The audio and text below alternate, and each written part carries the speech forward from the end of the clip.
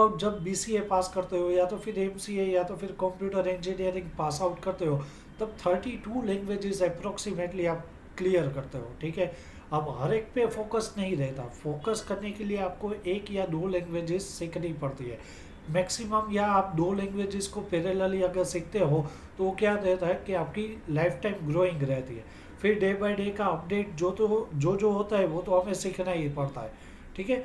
सो career oriented हमें life choose करने के लिए, कैरियर चूज करने के लिए कोई भी एक लैंग्वेज को चूज करना बहुत ही ज़रूरी है, ठीक है। ताकि हमें पता चले कि हमें, अगर हमें वेब डेवलपिंग में जाना है तो जावास्क्रिप्ट और डॉट नेट है, अगर प्रोग्रामिंग में जाना है तो Python is the one of the best language, and अगर किसी को एप्लीकेशन डेवलपमेंट में जाना है तो वो क्या करेगा, एंड्रॉयड या तो फिर आईओएस लैंग्वेजेस में जाएगा। हमने प्रीवियस सेशन में जो बात की थी वो पूरा का पूरा डॉट नेट फंडामेंटल था, ठीक है, जहाँ पे हमने डॉट नेट के फ्रेमवर्क और उसके आर्किटेक्चर की बात की थी। तो आज का जो सेशन रहेगा वो एमवीसी आर्किटेक्चर रहेगा, वो किस हिसाब से मार्केट में काम करता है। सॉफ्टवेयर में अगर आपको एमवीसी, विजुअल स्टूडियो में अगर एमवीसी किसी भी तरीके से क्रिएट करना हो तो आप किस तरीके से कर सकते हो, वो सारे के सारे टॉपिक को आज हम कवर अप करेंगे। So we started about today session is welcome to this session, and my name is Pandya Bank. I am a technical trainer at a Khodiyar gate center. सबसे पहले बात आती है कि व्हाट इज ASP.NET MVC। अब सबको पता है कि ये, देखो guys, dot net is the huge number of framework, ठीक है। उसमें सी शार्प आ जाता है, VB.NET आता है, जे शार्प आ जाता है, अभी तो मार्केट में जे शार्प भी चलता है, ठीक है। कई सारे उसके फ्रेमवर्क के आधार पे वो काम करता है, पूरा का पूरा एक पैकेजेस है। What is the ASP.NET MVC। MVC में उसका क्या काम है और वो किस तरीके से वर्कआउट होता है, तो कि saying a simple, ASP.NET MVC is a new framework from a Microsoft that sits over the standard ASP.NET engine। एक नए तरीके की फ्रेमवर्क को जब आप इम्प्लीमेंट करते हो, that is called your MVC, ठीक है। Framework for a building a web application. Framework का क्या काम होता है, तो कि बिल्ड करता है, क्रिएट करता है अपने वेब एप्लीकेशन को based on a model view controller pattern. MVC that is means what, तो कि मॉडल व्यू कंट्रोलर, उसकी पैटर्न के आधार पे, उसके बेसिस पे आधार पे ही आप MVC के पैटर्न को क्रिएट कर सकते हो। Model manage the application data and force constraint on that model, often accessed through persistent object. View are the most passive presentation of a application data, ठीक है। मॉडलिंग, आपको मॉडल बनाने हैं, then after view, and then after उसको control करने के लिए उसके कंट्रोलर का यूज़ करना है। तो 3 पार्ट में एक्चुअली MVC पूरा का पूरा डिवाइडेड रहता है, और उसके हिसाब से ही आप कोई भी डेस्कटॉप एप्लीकेशन, वेब एप्लीकेशन को क्रिएट कर सकते हो। View generate a request send to controller based on a client action. View किस तरीके से काम करता है, तो कि वो सेंड करता है, रिक्वेस्ट को सेंड करता है, किसको, तो कि क्लाइंट, कंट्रोलर को वो सेंड करता है basis on a client action. अगर क्लाइंट ने माउस मूव इवेंट रखी है तो वो उस तरीके से होगा, अगर क्लिक इवेंट रखी होगी तो वो उस तरीके से होगा, जो जो उसकी एक्शन होगी क्लाइंट की, उस हिसाब से वो कंट्रोलर पे व्यू स्टेटमेंट पास आउट होगा, ठीक है। अब उसके फीचर्स के बारे में जानते हैं कि ASP.NET MVC फीचर्स, उसके फीचर्स क्या क्या है। सबसे पहले, what new does ASP.NET MVC bring in a term of a web architecture. अब जब भी कोई हम वेब एप्लीकेशन क्रिएट करते हैं तो उसके लिए वेब आर्किटेक्चर जब होता है, ठीक है, तो उसकी टर्म्स क्या रहती है और MVC उस पर क्या क्या फीचर्स अपने इम्प्लीमेंट करता है। सबसे पहले, clear separation of a logic. Gas, पूरा का पूरा सेपरेट कर दिया है। मॉडल की लॉजिक अलग सी होगी, व्यू का लॉजिक अलग सा होगा और कंट्रोलर का लॉजिक अलग सा होगा। तो डेवलप करने के लिए बहुत ही ईजी रह जाता है, क्योंकि मॉडलिंग करना हो तो सिर्फ क्या करेगा, वो मॉडल थ्रू ही काम करेगा। फिर अगर मुझे कुछ व्यूइंग करवाना है तो मैं क्या करूँगा, व्यू में उसके कोडिंग को अपडेट करता रहूँगा। एंड कंट्रोलर में अगर मुझे जाना है कोई इवेंट हैंडलिंग या तो फिर किसी भी तरीके से मुझे कंट्रोलर को यूज़ करवाना है तो मैं क्या करूँगा, उसका कोड करूँगा। तो logic are separated in a 3 ways: model, view and controller. Test driven development. Actually MVC क्यों इतना पावरफुल कॉन्सेप्ट है, तो वो टेस्ट ड्रिवन डेवलपमेंट के तौर पे काम करता है। पूरा का पूरा जब आपका सॉफ्टवेयर या तो फिर प्रोजेक्ट इम्प्लीमेंट हो जाता है तब क्या होता है, उसके पूरे की पूरी टेस्टिंग ड्रिवन होती है। तब उसके लिए वो डेवलपमेंट के लिए वो बहुत ही ज़रूरी है कि अगर कोई बग्स होगी, एरर होगी, तो आप सेपरेटली उसको सॉल्व कर सकते हो। ठीक है। फुल कंट्रोल आप देता है, full control over HTML and JavaScript. क्योंकि जो बेस उसका रहता है वो किस तरीके से, तो अगर मुझे कुछ मॉडल रेडी करना हो तो मैं किस तरीके से करूँगा, तो कि with the help of full control of HTML and JavaScript के थ्रू। ठीक है। उसके बाद आपने, अगर मुझे सिंपल सा, आप एग्जांपल के तौर पे ले सकते हो कि अगर मुझे सिंपल सा एक वेब फॉर्म बनाना हो, रजिस्ट्रेशन फॉर्म, तो मैं क्या करूँगा, उस पर लेबल लूँगा, उसके टेक्स्ट बॉक्स लूँगा। ठीक है। फिर रिक्वायरमेंट के हिसाब से उसके कंट्रोलर को यूज़ करूँगा। तो this is the way of MVC features, कि वो बहुत ही ईजी तरीके से आपको इम्प्लीमेंट करने के लिए काम आता है। फ्रेंडली URLs है, क्योंकि जब भी आप URL में कुछ डेटा पास करोगे तो वो आपको शोइंग होगा। ठीक है।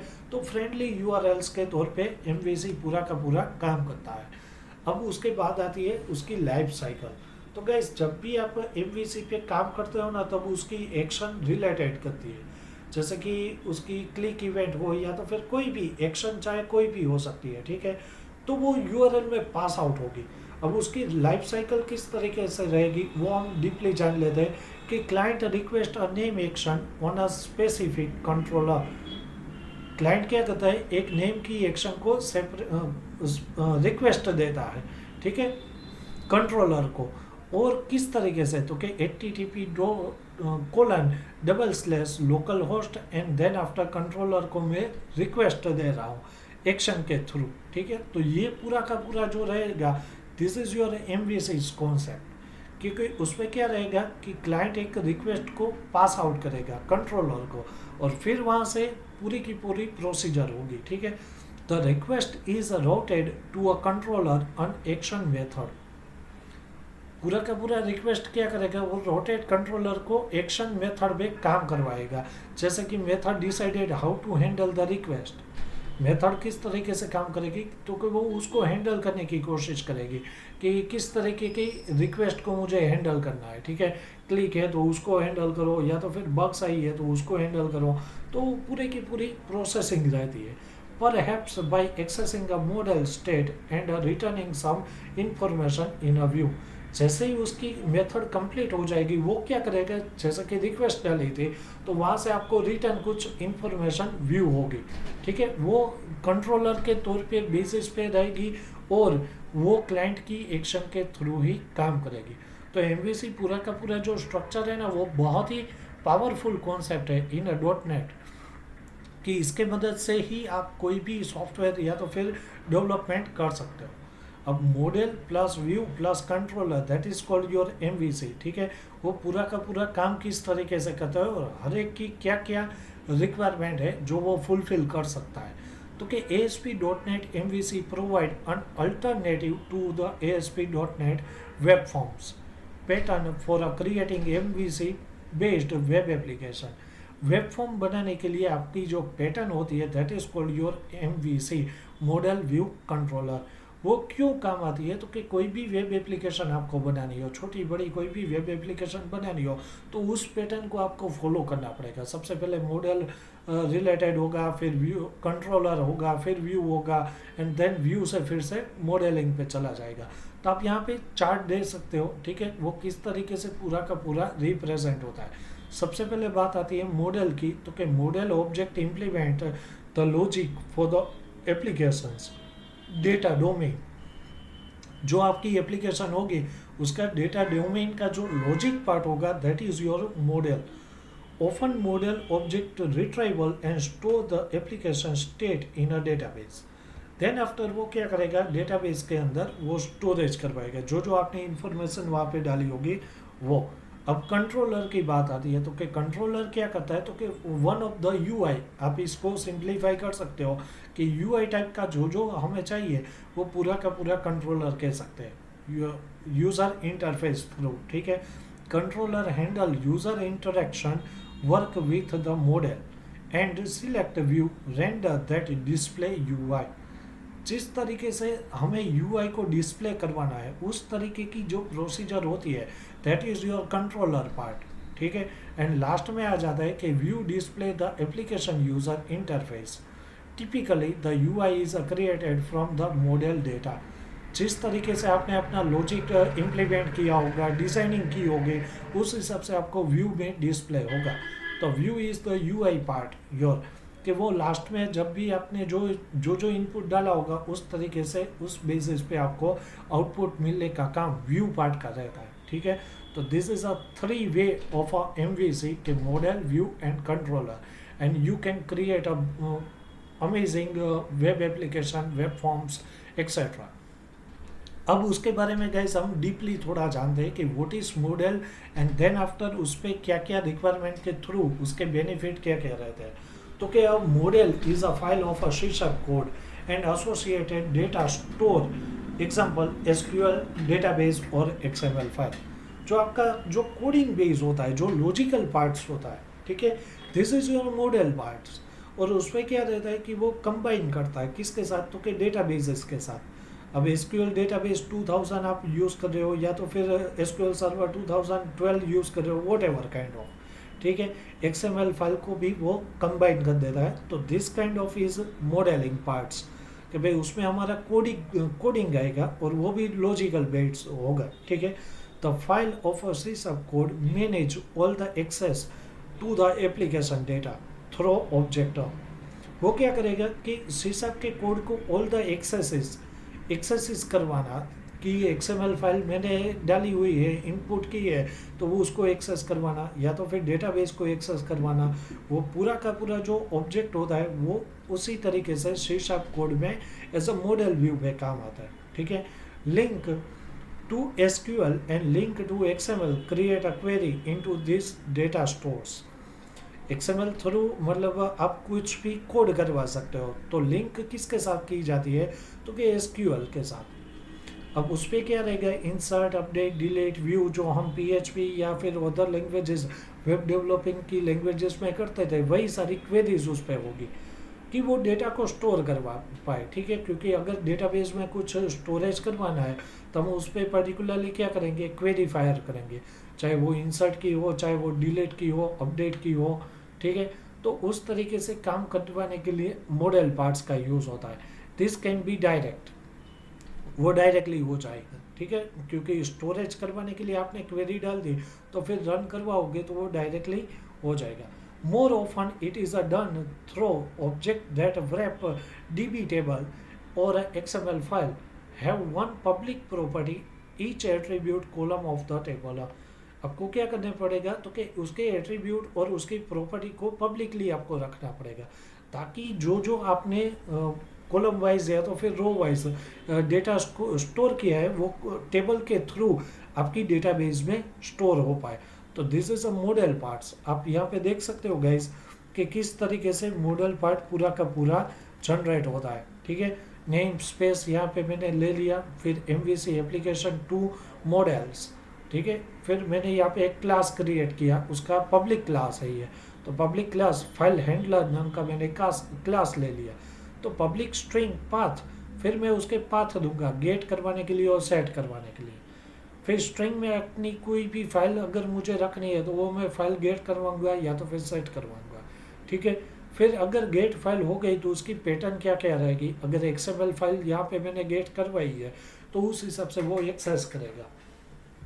अगर उसको मिल जाता है तो फिर वो ट्राई में जाएगा, integer position path last index of, उसकी हमने कुछ मतलब डाल दिया कि होम, ऐसे कोई मैसेजेस डाल दिए, और मैं पूरी स्ट्रिंग को सब स्ट्रिंग में पाथ के तौर पे डिफाइन करता हूँ ताकि मुझे व्यू मिल पाए, ठीक है।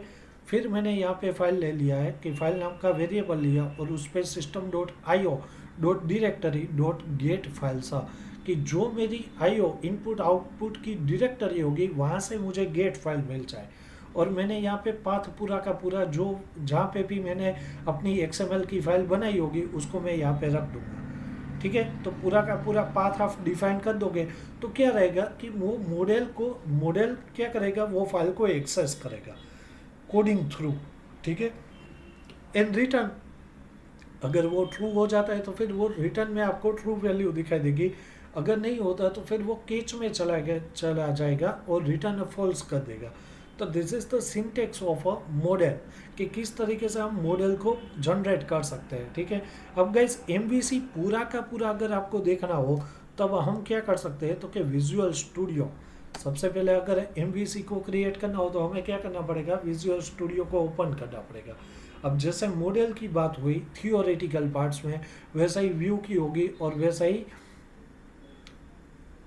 कंट्रोलर की होगी। ठीक है, सो सबसे पहले अगर मुझे एमवीसी यहाँ पे क्रिएट करना हो कोई एमवीसी का प्रोजेक्ट, तो मैं क्या करूँगा, create a new project, right. और यहाँ से आपको प्रीवियस सेशन आपने अटेंड किया हो तो ठीक है, वरना कल के जो सेशन थे उस पर बताया गया था कि किस तरीके से हमें कंसोल एप्लीकेशन बनानी है तो किस तरीके से बना सकते हैं, वेब एप्लीकेशन बना सकते हैं तो किस तरीके से, विंडो फॉर्म अगर क्रिएट करना हो तो किस तरीके से हम क्रिएट कर सकते हैं। ठीक है, तो मुझे यहाँ पे क्या करना है, simple is that C sharp की लैंग्वेज चूज़ करनी है, क्योंकि मैं सी शार्प में अभी काम करूँगा। यहाँ पे भी आपको कई सारे ऑप्शन मिलेंगे, CPP, जावास्क्रिप्ट, पाइथन, किसी में भी अगर आपको इम्प्लीमेंट करना हो तो मैं यहाँ पे सिंपल सी शार्प ले लूँगा, और उसके बाद विंडो फॉर्म ही मुझे चाहिए। लेकिन काम किस पे करना है, तो कि .NET फ्रेमवर्क पे। तो .NET की फ्रेमवर्क क्या रहेगी, तो कि MVC। तो उसके लिए आपको दिखना पड़ेगा यहाँ से ASP.NET फ्रेमवर्क, ऐसी एक फ्रेम आएगी। ठीक है, यहाँ पे ASP.NET वेब एप्लीकेशन और ब्रैकेट में लिखा होगा .NET फ्रेमवर्क का। उसका जब आप यूज़ करोगे तो अब आप यहाँ पे देख सकते हो उसके डिस्क्रिप्शन पार्ट में कि MVC को वो कंसिडर करता है। ठीक है, और फीचर्स ASP.NET पे आ जाएगा। मैं नेक्स्ट दे दूँगा तो वो क्या होगा, उसको कंसिडर करवा देगा। फिर मैं यहाँ पे कोई भी अपनी प्रोजेक्ट का नाम दे दूँगा टेस्ट, तो ये क्या हो जाएगा गाइस, वो पूरा का पूरा नाम ऑलरेडी सेव है। ओके, डेमो दे देता हूँ, फिर क्रिएट करवाता हूँ, तो क्या होगा, वो पूरा का पूरा क्रिएट हो जाएगा MVC के बेसिस पे। ठीक है, फिर यहाँ पे आपको कुछ चेंजेस भी करने पड़ते हैं, कि जैसे कि अगर MVC मुझे चाहिए तो उसके लिए क्या करना पड़ेगा, तो यहाँ पे MVC आपकी फ्रेमवर्क इंस्टॉल होनी चाहिए। ठीक है, जैसे ही वो फ्रेमवर्क इंस्टॉल होगी तो आप उसको यूज़ कर सकते हो ईजिली।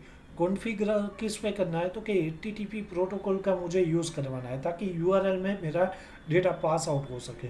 तो यहाँ पे मैं उसको टिक मार्क करके कॉन्फ़िगर करके, और नो ऑथेंटिकेशन, मुझे अभी किसी को भी ऑथेंटिकेशन नहीं चाहिए तो मैंने यहाँ पे नो ऑथेंटिकेशन दे दिया है।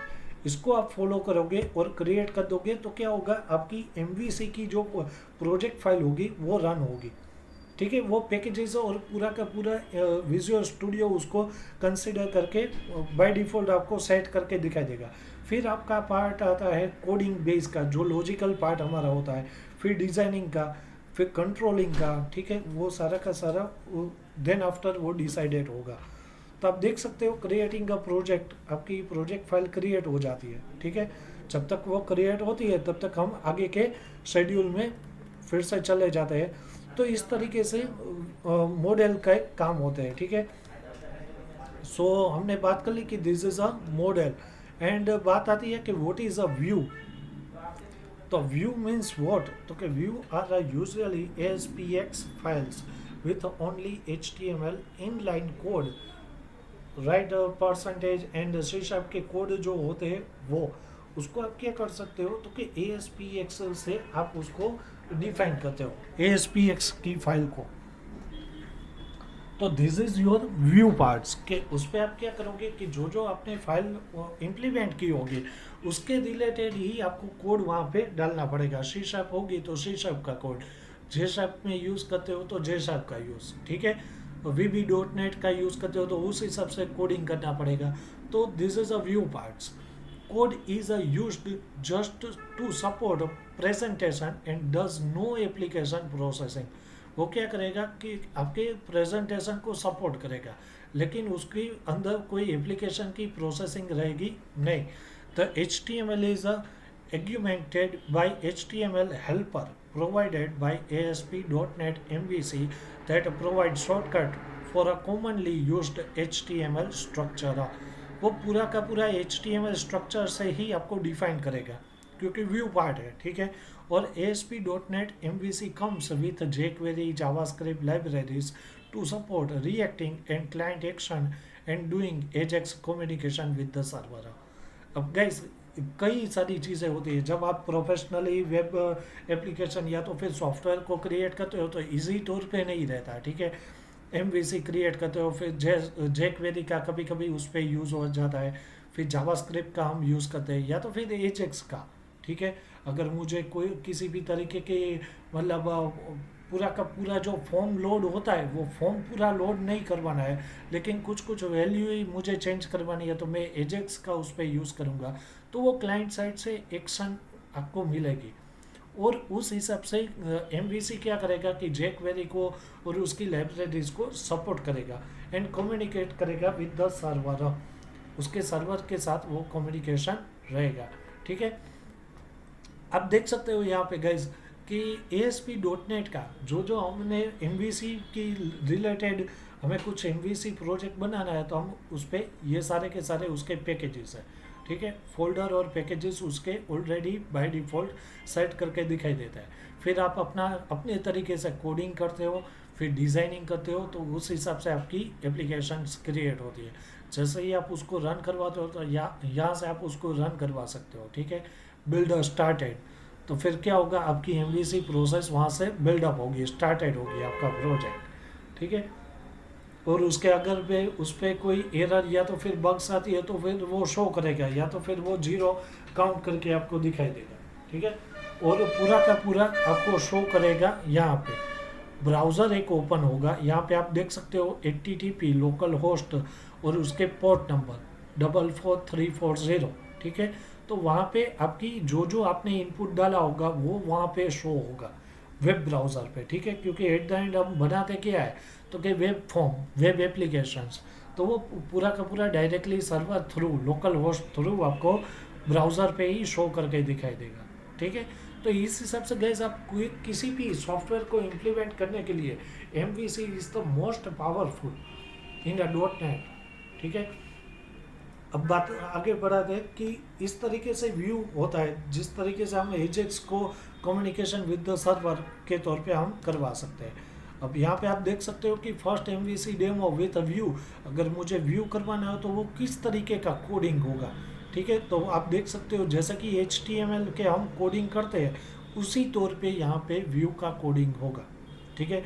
हाँ गाइस, चेंजेस होगी सिंटेक्स पे, ठीक है. क्योंकि जब तक आप किसी भी लैंग्वेजेस में जाओगे तो कॉन्सेप्ट तो वही रहेगा सेम एज इट इज़, लेकिन उसकी सिंटेक्स चेंज हो जाएगी. सो सपोज के अगर हम किसी भी एरे का यूज़ करते हैं या तो फिर कोई भी यूज़ करते हैं, वो कॉन्सेप्ट PHP में भी सेम रहेगा, यहाँ पे भी सही भी रहता है, लेकिन उसको इम्प्लीमेंट करने के लिए जो सिंटेक्स होती है वो चेंज हो जाती है. तब देख सकते हो कि व्यू पार्ट किस तरीके से काम करता है कि पूरा का पूरा आपका HTML थ्रू का कोडिंग रहता है, ठीक है. और वो ASPX फाइल से कंसिडर होता है. तो this is a view part. अब बात आती है कि कंट्रोलर अगर हमें चाहिए तो वो उसके लिए टेस्ट ड्रिवन डेवलपमेंट, कि वो पूरा का पूरा किस तरीके से काम करता है, ठीक है. टेस्ट ड्रिवन डेवलपमेंट MVC काम ही उसी तरीके से करता है. तो उसके लिए क्या क्या करना पड़ता है, तो कि since the UI is completely separated from the business logic, it's now easy to write unit test for the ASP.NET MVC application. वो क्या करेगा कि यूज़र इंटरफेस पूरा का पूरा कम्प्लीटली डिवाइडेड है, ठीक है, सेपरेटेड है by a business logic and 3 tier जिसके हमने बात की थी कल, ठीक है. तो 3 टायर आर्किटेक्चर किस तरीके से प्रेजेंट होता है लॉजिकल बेसिस पे, डेटा बेसिस के थ्रू, और जो हमारा पहला पार्ट होता है वो कंट्रोलिंग का होता है. तो उस तरीके से रिप्रेजेंट करवाने के लिए टेस्ट ड्रिवन डेवलपमेंट होना ज़रूरी है. तो unit test that cover user action and data model. Unit test उसको क्या किसको कवर करेगा, तो कि यूज़र की एक्शन को, चाहे वो लोड इवेंट हो या तो फिर क्लिक हो या तो फिर किसी भी तरीके की इवेंट हो, तो उसको वो कंट्रोल उस पे जाएगा, ठीक है, उसको कंट्रोल करेगा। और डेटा मॉडल क्या करेगा, तो कि डेटा के ऑब्जेक्ट को क्रिएट करेगा।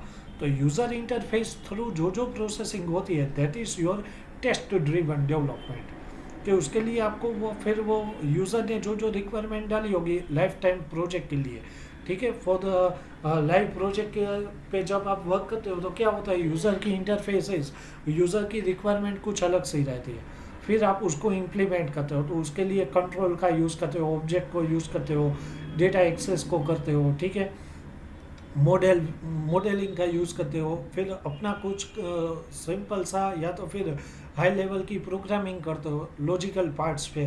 तो वो सारी की सारी इम्प्लीमेंट हो जाने के बाद उसको कम्प्लीटली टेस्ट करने के लिए टेस्ट ड्रिवन डेवलपमेंट, ठीक है, तो this is a test driven development, कि उस हिसाब से आप यूज़र इंटरफेस को कंसिडर करके आप अपनी वेब फॉर्म या तो फिर कोई भी सॉफ्टवेयर क्रिएट कर सकते हो। अब फुल कंट्रोल किसे कहते हैं, जैसे कि हमने प्रीवियस में टॉपिक पे बात की थी कि फुल कंट्रोल देना HTML को और जावास्क्रिप्ट को, तो किस तरीके से फुल कंट्रोल हम उसको दे सकते हैं, तो कि on ASP.NET MVC design HTML and JS pages are not more messed up with postbacks and view state, which is a specific web form pattern। वो क्या करेगा, तो कि आपकी वेब फॉर्म की जो पैटर्न होगी उस पे HTML के थ्रू और थोड़ा बहुत जेस जावास्क्रिप्ट थ्रू आप उसको एक पैटर्न थ्रो करवा सकते हो, और उस पे अपने कुछ जो जो आपको वेब फॉर्म क्रिएट करना हो तो वो करवा सकते हो। तो HTML को भी फुल कंट्रोल दिया जाता है और जावास्क्रिप्ट को भी फुल कंट्रोल किया दिया जाता है। फिर वो फ्रेमवर्क के थ्रू आपके .NET के जो पार्ट होते हैं उस पर इम्प्लीमेंट होता है, डिज़ाइन होता है, ठीक है। तो MVC पूरा का पूरा design HTML and JavaScript through ही हो सकता है, ठीक है, उसकी लेकिन अलग अलग पैटर्न्स रहती है वेब फॉर्म क्रिएट करने की। तो उस हिसाब से वो जब भी आप प्रोफेशनली काम करते हो तब आप उसको जावास्क्रिप्ट का और HTML का यूज़ कर सकते हो। जैसा कि यहाँ पे आप एग्जांपल के तौर पे देख सकते हो, input type equal to hidden, name equal to view state और ID equal to view state. तो हम ऐसा ही यूज़ HTML में भी करते थे।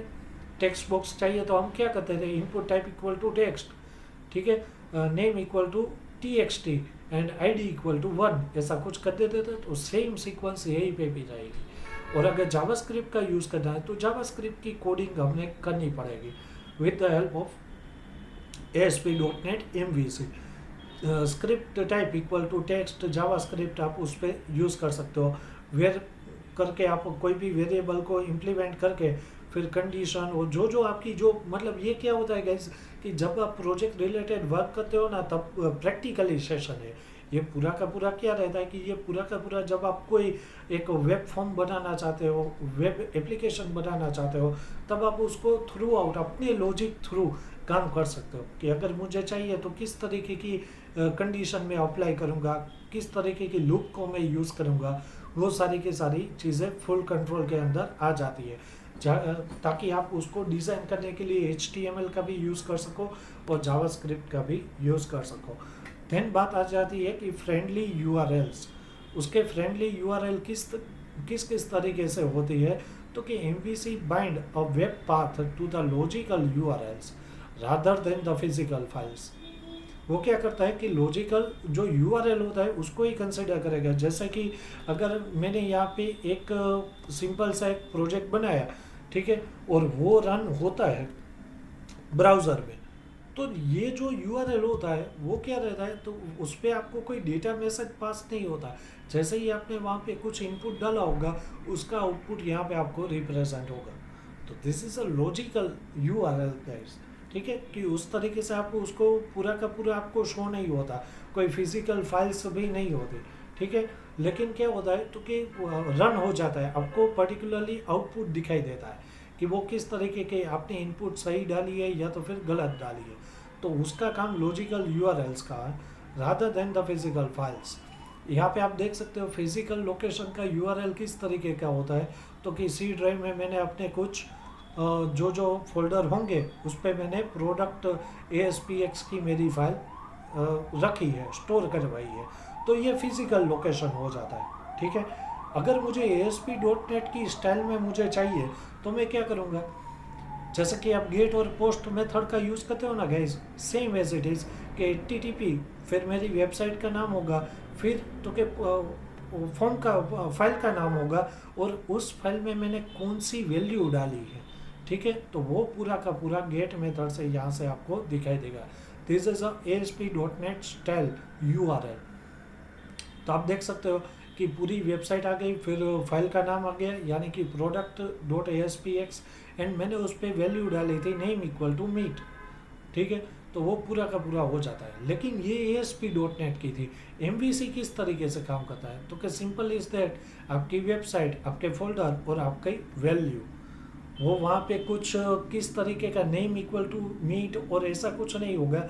जैसे ही आपने डायरेक्टली कोई वैल्यू डाली होगी तो वो डायरेक्टली आपको व्यू करवाएगा। ठीक है, तो this is a friendly URL views है कि किस किस तरीके से आपको किस किस स्टाइल में आपको पूरा का पूरा URL रिप्रेजेंट होता है। ठीक है, तो इसके बारे में जान लिया। फिर आते हैं how does ASP.NET MVC look like.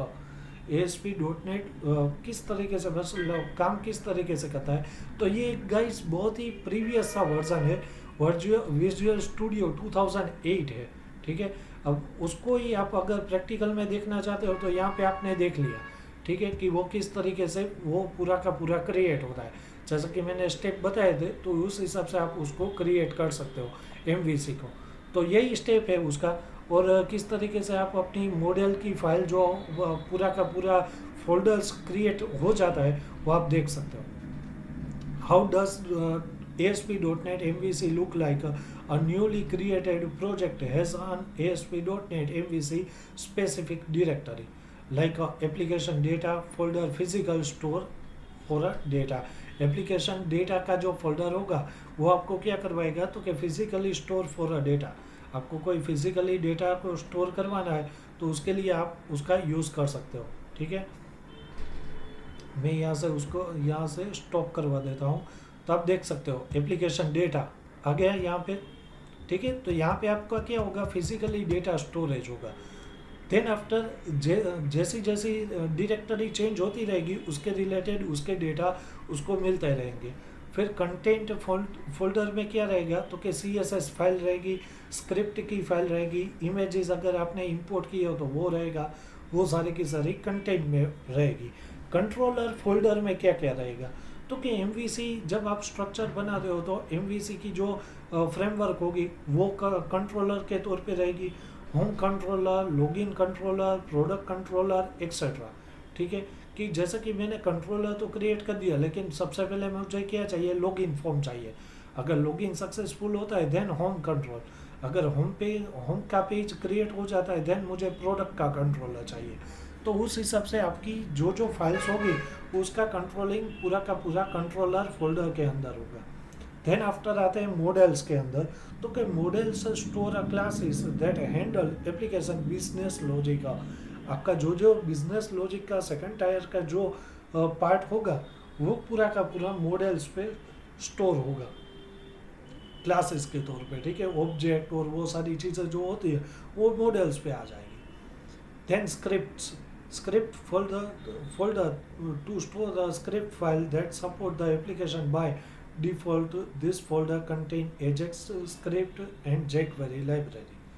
अब उसमें कई सारी लाइब्रेरी आती है, यहाँ पे तो सिर्फ उसके jQuery का एग्जांपल दिया है, लेकिन अगर मैंने XML का यूज़ किया तो फिर वो आ जाएगा, एजेक्स का मैंने कोई स्क्रिप्टिंग की है तो वो आ जाएगी, jQuery का मैंने कोई लाइब्रेरीज का यूज़ किया तो वो स्क्रिप्ट के अंदर फोल्डर के अंदर स्टोर हो जाएगी। ठीक है, and then last part is view is the recommended location for a view use ASPX। जो आपकी ASPX की फाइल होगी this is your views folder के अंदर पड़ी रहेगी, ताकि आपको वो एडिशन करना हो, फाइल रिलेटेड कोई भी रेंडरिंग व्यूज करवाना हो तो आप इजीली कर सकते हो। तो this is the directory of a structure कि आप उसको बोल सकते हो MVC specific directory structure. Guys this is the most important concept. अगर आपने ये MVC पूरा का पूरा सीख लिया है ASP.NET पे और लाइव प्रोजेक्ट पे अगर आप काम करते हो ना, तो ह्यूज नंबर ऑफ आपकी कैरियर रिलेटेड स्कोप रहती है कि आप कैरियर इजीली अपनी ग्रो अप कर सकते हो। तो बहुत ही MVC उस पर बहुत ही पावरफुल तरीके से काम करता है। देन आफ्टर आ जाते कि वेब एप्लीकेशन डेवलपमेंट में वो किस तरीके से काम होता है। सो सबसे पहले create a new ASP.NET MVC project, जैसा कि हमने डाल दिया था, यूज़ किया था, वैसे ही delete any part of that you don't need. अगर आपको कोई पार्ट्स की ज़रूरत नहीं है, जैसे कि यहाँ पे मैंने क्रिएट किया है, अब मुझे कई सारी चीज़ें हैं जैसे कि एप्लीकेशन स्टार्ट या तो फिर उसके फ़ॉन्ट्स कई सारे होंगे, ठीक है। तो अगर उसको मुझे ज़रूरत नहीं है तो मैं उसको डिलीट भी कर सकता हूँ। तो अगर नीड नहीं है, जैसे कि हमारी ज़रूरत ही नहीं है, तब आप क्या कर सकते हो, उसको डिलीट कर सकते हो। Add controller for each category of a processing in your application. जैसे आपकी रिक्वायरमेंट हो उस तरीके से आप उसके कंट्रोलर को कैटेगरी वाइज ऐड कर सकते हो और उसकी प्रोसेसिंग करवा सकते हो। A category is usually few pages and database tables that focus on some particularly application area। Category किसको यूज़ करवा दिया, तो कि पेजेस को, टेबल्स को, डेटाबेस के टेबल्स को, वहाँ से वो क्या होगा तो कि आपकी एप्लीकेशन में पर्टिकुलरली वो फोकस करेगा और फिर वो व्यू पार्ट में जाके आपको रन करके दिखाई देगा। Add method to each controller for each request you wish to handle. आपको क्या करना पड़ेगा कि हर एक मेथड को उसके controller through request pass out करके उसको हैंडल करना पड़ेगा। जैसे कि अगर मुझे यहाँ पे कुछ कंट्रोलर चाहिए कि रेडियो बटन या तो फिर टेक्स्ट बॉक्स, तो मैं उस तरीके से उसको लूँगा, फिर उसको कंट्रोल करवाना तो रिक्वेस्ट डालनी पड़ेगी एंड देन रिक्वेस्ट डाल के फिर आप उसको हैंडल कर सकते हो, ठीक है। कि जैसा ही क्लिक हो, सबमिट बटन पे क्लिक हो तो ये आ जाना चाहिए, ठीक है। तो उस तरीके से कंट्रोलर पे काम रहता है। Add view as a needed for each controller action. Add view जब भी आप करवाओगे तो वो क्या करेगा, कंट्रोलर के एक्शन को प्रीफर करेगा एंड देन आफ्टर वो आपको व्यू करवाएगा। Add model classes to support the application area. Each model class has public property that are synchronize with data model DB और XML फाइल। वो सिंक्रोनाइज होगा आपकी डेटा मॉडल के साथ, डेटा बेसिस के साथ, चाहे वो आप 2002 यूज़ कर रहे हो SQL सर्वर या तो फिर 12 यूज़ कर रहे हो, तो उसके साथ वो सिंक्रोनाइज होगा उसकी प्रॉपर्टी थ्रू, ठीक है। और XML फाइल को भी वो सिंक्रोनाइज करके आपको पर्टिकुलरली आउटपुट दिखाई देगा। तो इस तरीके से वेब एप्लीकेशन को डेवलप किया जाता है। अब उसके ओपिनियन क्या क्या है गाइस, ठीक है। So this is the ASP.NET MVC structure is a very flexible. वो किस तरीके से काम करता है, तो कि वो बहुत ही फ्लेक्सिबल तरीके से आप उसको यूज़ करवा सकते हो अपनी सॉफ्टवेयर डेवलपमेंट पे या तो फिर वेब एप्लीकेशन में, ठीक है। You can have many application categories as you need simply by adding controller. आप उस पर कई सारी कैटेगरीज को ऐड करवा सकते हो एंड कंट्रोलर को भी ऐड करवा सकते हो। The controller keep the application well organize. Controller का काम क्या रहता है, तो कि एप्लीकेशन को वेल ऑर्गेनाइज तौर पे डिफाइन करवाना। You can have many view as you need. आप उस पर एक से कई ज़्यादा व्यू भी करवा सकते हो। The navigation is a simple provided mostly by the MVC infrastructure. For example rooting in a global ASPX.CS। अब मैंने यहाँ पे क्या किया, मैंने व्यू करवाया, तो rooting in a global ASAX, तो ये फाइल होगी, फिर .CS, तो मेनी व्यूज आप उस पर करवा सकते हो, ठीक है। You can have many model as you need, just add a classes and use link to access the data. अगर मुझे एक से ज़्यादा मॉडल का यूज़ करवाना हो तो मैं क्या करूँगा, तो कि क्लासेस क्रिएट करूँगा, लिंक से उसको ऐड करवा दूंगा, एक्सेस करवा दूंगा, ठीक है, मेरे डेटा को। तो इस तरीके से आप उस पर मेनी मॉडल्स भी क्रिएट कर सकते हो। तो दिस इज सेशन अबाउट कि भाई हमने एमवीसी को यूज़ करने के लिए ये सारे पर्टिकुलरली रूल्स एंड रेगुलेशन को फॉलो करना पड़ता है और सीक्वेंस वाइज काम करता है, क्योंकि वो पर्टिकुलरली आर्किटेक्चर है, ठीक है। एमवीसी पूरा का पूरा एक आर्किटेक्चर थ्रो आउट होता है, तो आपको सीक्वेंस वाइज उस पर रिप्रेजेंट करवाना होता है। जब भी आप कोई प्रोजेक्ट छोटा बड़ा बना रहे हो तब आप उस पर कई सारी चीज़ों का ध्यान रखना पड़ता है। So things you need to know. इसके अलावा भी आपको क्या क्या जानना पड़ता है, तो कि लिंक, जैसे कि आप कोई भी एसक्यूएल में अगर आपको कोई लिंक करवाना हो कोई फाइल्स को या तो फिर डेटाबेसेस को, तब आपको लिंक का यूज़ करना पड़ेगा, लैंग्वेज इंटीग्रेटेड क्वेरी को, ठीक है। Link to XML and link to XML SQL are commonly used by a model to provide a data needed by a controller for one or of its view।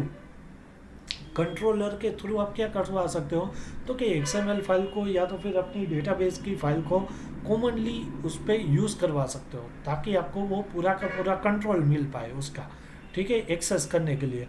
तो link का use होता है। और then आ जाते हैं कि जे query. जैसे कि अगर आपको वेब फॉर्म बनाने हो तो जे क्वेरी का यूज़ करना पड़ेगा, जावास्क्रिप्ट का यूज़ करना पड़ेगा और उसकी लाइब्रेरीज को यूज़ करवाना होगा, ठीक है। तो ये कॉन्सेप्ट भी आपको बहुत ही ध्यान रखना पड़ता है कि जब भी आप कोई प्रोजेक्ट पे काम करते हो या तो फिर कोई वेब एप्लीकेशन, विंडो फॉर्म या तो फिर वेब एप्लीकेशन बनाते हो, तो लिंक का भी यूज़ करवाना पड़ता है उस पर, और जे क्वेरी का भी यूज़ करना पड़ता है। JQuery is frequently used by a view to react to client action in a browser. जैसे ही क्लाइंट की कोई एक्शन होगी उसके रिलेटेड ही वो आपको रिएक्ट करेगा, ठीक है, ब्राउज़र पे वो रन होके दिखाई देगा jQuery through. jQuery has a facility to use AJAX to retrieve a small amount of information from the server without loading new view।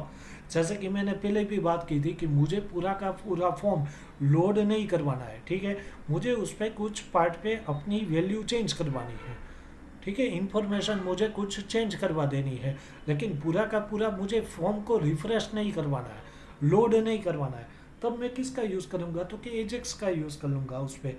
तो jQuery वो भी फैसिलिटी प्रोवाइड करती है ताकि आप उसको एजेक्स को यूज़ करके आपने जो जो वेब फॉर्म बनाए हैं उस पर आप लेस मतलब एफर्ट डाल सको और पर्टिकुलरली आपका एक्सपेक्टेड आउटपुट आपको मिल जाए, कि फॉर्म पूरा का पूरा लोड ना हो, फिर भी वहाँ से जो जो मुझे इंफॉर्मेशन चेंज होनी है वो सर्वर साइड से मुझे लोड करके आपको न्यू इंफॉर्मेशन प्रोवाइड हो जाती है। तो ये काम है एजेक्स का, और एजेक्स भी बहुत ही पावरफुल तरीके से हर एक वेब डेवलपमेंट की लैंग्वेजेस पे काम करता है, चाहे वो PHP हो, जावास्क्रिप्ट हो या तो फिर .NET हो, ठीक है। एजेक्स का यूज़ तो हर लैंग्वेजेस में होता ही है, ताकि आपके जो आपने जो जो फॉर्म बनाए हैं वो बार बार कभी लोड ना ले, और कुछ कुछ इन्फॉर्मेशन मुझे वहीं से उसी फॉर्म के थ्रू मुझे चेंज करवा देनी है, तो मैं क्या करूँगा, इजीली एजेक्स के थ्रू मैं उसको करवा सकता हूँ।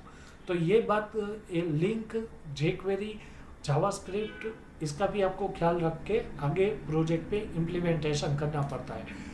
पूरा का पूरा MVC बहुत ही अच्छे तरीके से आपको प्रोजेक्ट क्रिएट करने में हेल्पफुल होता है, ठीक है। इससे आप कोई भी मतलब किसी भी सॉफ्टवेयर को भी अगर बनाना हो ना गाइस, आपके पास कोई डिवाइस है लेकिन उसको चलाने के लिए अगर मुझे कोई सॉफ्टवेयर बनाना हो, तब ये सारी चीज़ों का बहुत ही अच्छे तरीके से आप उसको प्रैक्टिकली यूज़ कर सकते हो उस पर, ठीक है। और पूरा का पूरा लॉजिक बेस है, सो लॉजिक आपका जितना ही इम्प्लीमेंट होगा उसी तरीके से आप अपनी ग्रो कर पाओगे, ठीक है। चाहे वो वेबसाइट बनाना हो या तो फिर सॉफ्टवेयर डेवलप करना हो, वो टोटली बेस्ड ऑन रहेगा आपके लॉजिकल पार्ट्स पे ही, ठीक है। So this is a MVC session and conclusion पे आ जाते हैं आज के सेशन के। ASP.NET MVC सपोर्ट और प्योर MVC पैटर्न, वो MVC पैटर्न को ही पूरा का पूरा सपोर्ट करता है। The same development pattern rails are based on advantages of ASP.NET MVC applications. जैसे कि हमने ऑलरेडी बात की थी कि उसकी कई सारी मतलब कह सकते हैं एडवांटेजेस है उसके, तो उसके पैटर्न थ्रू आपको क्या क्या एडवांटेजेस मिलते हैं, तो कि it make it easier to manage complexity by dividing an application into the model. The view and the controller. जैसे कि हमने पहले भी बात की थी कि 3 पार्ट में डिवाइडेड हो जाता है, मॉडल, व्यू एंड कंट्रोलर। तो बहुत ही ईजी रह जाता है कि उसको मैनेज अच्छे तरीके से हम कर सकें। It does not use a view state server based form. आप कोई सर्वर बेसिस के फॉर्म पर आप व्यू स्टेट का यूज़ नहीं कर सकते, ठीक है। It use front controller pattern that process web application request through the single controller. This enable you to design an application that support rich routing infrastructure with a friendly URL।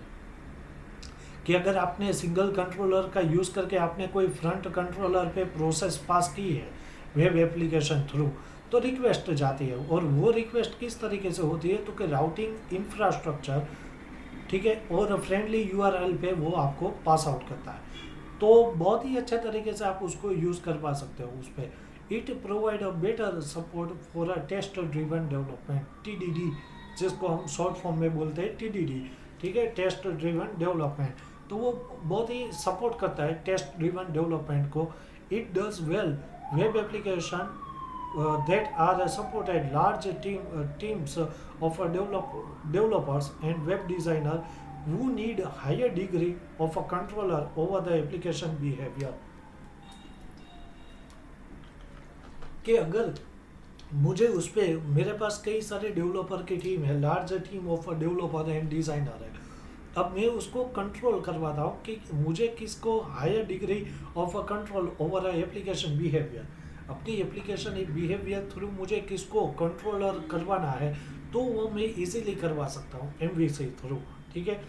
तो ये भी उसका बहुत ही बेनिफिशियल पार्ट है कि आप कोई भी चीज़ करो वो 3 पार्ट में डिवाइडेड है, तो बहुत ही ईजी टू मैनेज हो सकता है, और उस पर आप जितना अपना लॉजिक को इम्प्लीमेंट कर सकते हो, उस पर आप अपने बेहतर तरीके से प्रोजेक्ट को बना सकते हो आप उस पर, ठीक है। So this is a MVC architecture guys. आपको डॉट नेट पे कोई भी प्रोजेक्ट क्रिएट करना हो तो this is the most important concept, ठीक है। और आज का सेशन बस इतना ही था। प्रीवियस सेशन में हमने देखा था कि फंडामेंटल का डॉट नेट फंडामेंटल, और आज के सेशन में एमवीसी आर्किटेक्चर देखा। तो अगर you have any kind of a question, so you can ask me right now. अगर आपको किसी भी तरीके का डाउट्स हो, क्वेश्चन हो, तो आप मुझे अभी पूछ सकते हो गाइस।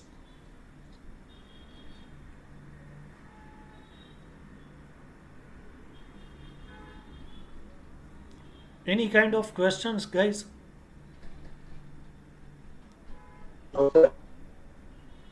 ओके, तो गाइस आज का जो सेशन था वो लास्ट था, ठीक है। अब आज के सेशन के बाद कोई सेशन रहता नहीं है, तो हम उसके बारे में थोड़ा बहुत बात कर लेते हैं ताकि आपको इजीली अंडरस्टैंड कर पाए, ठीक है। सो सबसे पहले मैं यहाँ से प्रेजेंटेशन एक क्लोज कर देता हूँ। और आज का जो सेशन हमने इतने मतलब सेशन ले लिए और कई सारी लैंग्वेजेस पे बात कर ली। अब गाइस फोकस एक ही पे रहता है कि हम सब एक ही बात जानते हैं कि अपनी कैरियर बनानी हो तो हम क्या कर पाए। तो आज का कोई सेशन, अभी मेरे बोलने का मतलब कोई ऐसा नहीं है कि कोई भी आप लैंग्वेजेस चूज़ करो, लेकिन आपको किस में इंटरेस्ट है वो आपको पता होना चाहिए, ठीक है। जैसे कि मैंने बीसीए कंप्लीट किया, एमसीए कंप्लीट किया, तो मुझे पता था कि भाई मुझे वेब डेवलपिंग में जाना है, मुझे ये करना है। तो उसी तरीके से आप अपनी कैरियर को ग्रो करवा सकते हो। Python is the number 1 language in programming language, ठीक है। अगर आपको प्रोग्रामिंग करने की उस पर आपको कैरियर बनानी है तब आप उसको चूज़ कर सकते हो। डेटा साइंस, आर्टिफिशियल इंटेलिजेंस, वो सारी चीज़ें उस पर आती है, ठीक है। और अगर किसी को वेब डेवलपिंग में जाना हो तो dot net is the best, JavaScript is the best, ठीक है, ताकि आपके कैरियर को एक नए हाई लेवल मिल सके, ठीक है। क्योंकि मार्केट में कई सारी लैंग्वेजेस आती रहती है। अब पीएचपी की बात कर लो तो पीएचपी काम तो इतना ही अच्छे तरीके से करता है, लेकिन उसकी वैल्यू देखोगे तो compare to other language demand उसकी घट जाती है, ठीक है, वैल्यू उसकी कम हो जाती है। तो कोई भी सब्जेक्ट चुनो, ऐसा नहीं है कि डॉट नेट की आज सेशन था तो मैं डॉट नेट के बारे में ही बात करूँ। एट द एंड हमारा पर्पस क्या रहता है कि कोई भी स्टूडेंट हो वो अपनी कैरियर अच्छे तरीके से बना पाए, ठीक है। तो इतने सारे सेशन हमने ले लिए, लेकिन उसमें जितना 1 घंटे में हो सकता था उतना रिप्रेजेंट हो गया, ठीक है। अब उसके बाद तो वो प्रोफेशनली ही काम होता है, जैसे डे बाय डे का टास्क आता है उस हिसाब से आप उसको परफॉर्म कर सकते हो, और उसके लिए आपको प्रोफेशनल ट्रेनिंग ही लेनी पड़ती है, ठीक है। सो आज के जो इंटर्नशिप के सेशन थे वो यही तक के थे, और इसके बाद जो आपका जो सर्टिफिकेट की प्रोसीजर होती है वो आज शाम तक को आपको वो इंटर्नशिप के सर्टिफिकेट आज या तो फिर कल को मिल जाएंगे, ठीक है। उसके रिलेटेड भी अगर आपको कोई क्वेरी हो, क्वेश्चन हो, तो वो आप पूछ सकते हो। अगर वेब डेवलपमेंट में जाना हो तो बेस्ट लैंग्वेज मतलब जैसे चूज कर सकते हैं अभी, जैसे जैसे बिगिनर है अभी सारे लैंग्वेज का तो आइडिया है नहीं, और अगर फर्स्ट में स्टार्टिंग करना हो तो मतलब क्या बेस जाना चाहिए इस पे, HTML CSS तो मालूम ना चाहिए जावा, दोस्त तो ये तुम्हारी चीज आवाज़ तो बहुत ही कट हो रही है। सो मतलब या तो फिर अपना वॉल्यूम फुल कर दो, या फिर कोई हाँ। टाइप टाइप कर दो यार, चलो ताकि। अब आ रहा है अच्छे से? हाँ। अभी आ रहा है अच्छे से? हाँ मतलब आवाज़ कट रही है यार तेरी। अच्छा अच्छा। ये। मैं ये बोल रहा था जैसे वेब डेवलपमेंट में मेरे को जाना था, ओके। तो तो कौन सा मतलब मेन के लिए इस टाइप मतलब लैंग्वेज सिलेक्ट करते हैं, जैसे HTML हुआ, CSS हुआ, जावास्क्रिप्ट हुआ, ये तो मालूम है, और इसके अलावा और कौन सा लैंग्वेज है जो हाँ मतलब अगर मेन के लिए करना हो तो हेल्पफुल रहेगा? देख, जो अगर तू अगर किसी को वेब डेवलपिंग में जाना है ना, तो नंबर वन पे तो जावा स्क्रिप्ट ही आती है। ऐसा है तो आप गूगल पे भी सर्च कर सकते हो कि 2020 में अगर पावरफुल वेब डेवलपिंग की लैंग्वेज मार्केट में गिनी गई तो वो जावा स्क्रिप्ट है, ठीक है। उस पर आप जिस तरीके से भी वेब डेवलप करना चाहते हो, अपनी वेबसाइट को क्रिएट करना चाहते हो, तो डायनेमिकली आप रिस्पॉन्सिबल साइट क्रिएट कर सकते हो। लेकिन सिर्फ जावास्क्रिप्ट उस पर काम नहीं आता, उसके रिलेटेड उसकी फ्रेमवर्क होती है, जैसे कि रेक्टेंगुलर, नोड जावा, नोड जेएस, ठीक है। तो वो उसकी फ्रेमवर्क है। उसको प्रोफेशनली जब आप सीख लोगे ना, तब आप उस पर बेहतरीन तरीके से अपनी कैरियर बना सकते हो। तो आई सजेस्ट कि अगर वेब डेवलपिंग में कोई जाना चाहता है तो जावास्क्रिप्ट इज़ द बेस्ट। और जावास्क्रिप्ट के अलावा मतलब उसके साथ तो और भी मतलब फ्रेमवर्क देना हो तो जैसे React, ये सब इसमें आ जाएंगे थे? हाँ मतलब उसके फ्रेमवर्क आ जाएंगे। जैसा कि जावास्क्रिप्ट है तो उसका बेस पार्ट तो HTML CSS वो तो रहता ही है, हाँ ठीक है। हाँ। उसके बाद तो कि जावास्क्रिप्ट पे आप फोकस करोगे, लैंग्वेजेस को सीखोगे और उसकी फ्रेमवर्क को सीखोगे, जैसे कि बैकबोन है, नोड जेएस है, ठीक है, रेक्टेंगुलर जेएस है। तो उसको आप सीख करके आप अपनी जावास्क्रिप्ट में अपनी कैरियर बना सकते हो। मतलब वो पर्टिकुलरली कोई PHP या तो फिर .NET नहीं रहेगी, वो पूरा का पूरा जावास्क्रिप्ट ही रहेगा, ठीक है। Okay sir. हाँ, तो हाँ। उसके लिए आपको फ्रेमवर्क को सीखना बहुत ही ज़रूरी है। पहले कोर जावास्क्रिप्ट सीख लेना चाहिए, और उसके बाद जो उसके एडवांस जावास्क्रिप्ट होती है उसकी फ्रेमवर्क को सीख के प्रोफेशनली तौर पे आप सीख के उस पर वेब डेवलपिंग में आगे बढ़ सकते हो। और अगर गुजरात लेवल में बात की जाए तो जावास्क्रिप्ट की बहुत ही डिमांड है। स्टार्टिंग पैकेज कुछ 18 या 20 से स्टार्टअप होता है मंथली, ठीक है। और उसके बाद IT फील्ड से हम बिलोंग करते हैं तो 3 मंथ में इंक्रीमेंट होता ही है। हाँ हाँ। वो परफॉर्मेंस बेसिस पे रहता है कि अगर आपके परफॉर्मेंस अच्छे हैं तो आपको 3 मंथ में कोई भी कंपनी इंक्रीमेंट देती है। वो IT फील्ड का एक रूल्स है। और अगर आपका परफॉर्मेंस सही नहीं है तो 6 महीने में देगी, लेकिन इंक्रीमेंट तो वो साल में 2 बार हो जाता है। तो ये अच्छा। बहुत ही बढ़िया हमारा बेनिफिट है IT फील्ड का, ठीक है। Any kind of questions guys? और ये सर्टिफिकेट बाद में चलता मिल जाता है सर? क्या? ये सर्टिफिकेट इंटर्नशिप सर्टिफिकेट हाँ। वो आज नहीं तो कल तक मिल जाता है सर? हाँ सर्टिफिकेट ना। हाँ हाँ। हाँ वो आज के आज ही आपको मिल जाएगा, ठीक है। हाँ। Okay, any kind of questions? नहीं बस।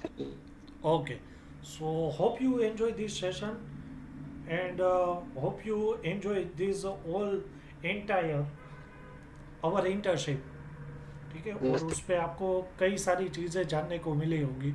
So thank yes you all of you guys. Thank you sir.